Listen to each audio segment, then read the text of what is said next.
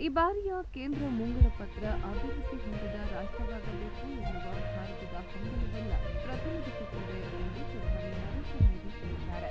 ಸುದ್ದಿಸಂಸ್ಥೆಗೆ ನೀಡಿದ ಸಂದರ್ಶನದಲ್ಲಿ ಮಾತನಾಡಿದ ಅವರು, ಬಜೆಟ್ ದೇಶದ ಅಭಿವೃದ್ಧಿ ಮತ್ತು ಸ್ಥಿರತೆಯ ಪ್ರತೀಕವಾಗಿದೆ ಎಂದು ತಿಳಿಸಿದ್ದಾರೆ. ಭಾರತ ವಿವಿಧ ದೇಶಗಳೊಂದಿಗೆ ಮಾಡಿಕೊಳ್ಳುತ್ತಿರುವ ವ್ಯಾಪಾರ ಒಪ್ಪಂದಗಳ ಹೇಳಿದ ಅವರು, ರಾಜಕೀಯ ಸ್ಥಿರತೆ ಮತ್ತು ಭವಿಷ್ಯದ ದೃಷ್ಟಿಯಿಂದ ಹೂಡಿಕೆದಾರರ ವಿಶ್ವಾಸ ಗಳಿಸಲಾಗಿದೆ.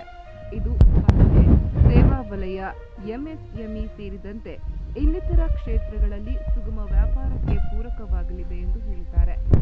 ಭಾರತದ ಮುಕ್ತ ವ್ಯಾಪಾರದಿಂದ ಎಂಎಸ್ಎಂಇ, ಜವಳಿ, ಚರ್ಮೋದ್ಯಮ, ರಾಸಾಯನಿಕ, ಕರಕುಶಲ ವಸ್ತುಗಳು, ಆಭರಣೋದ್ಯಮ ಮತ್ತು ಇತರೆ ವಲಯಗಳಲ್ಲಿ ಜಾಗತಿಕ ಮಾರುಕಟ್ಟೆಯನ್ನು ಪ್ರವೇಶಿಸಲು ಪೂರಕವಾಗಲಿದೆ ಎಂದು ಹೇಳಿದ್ದಾರೆ.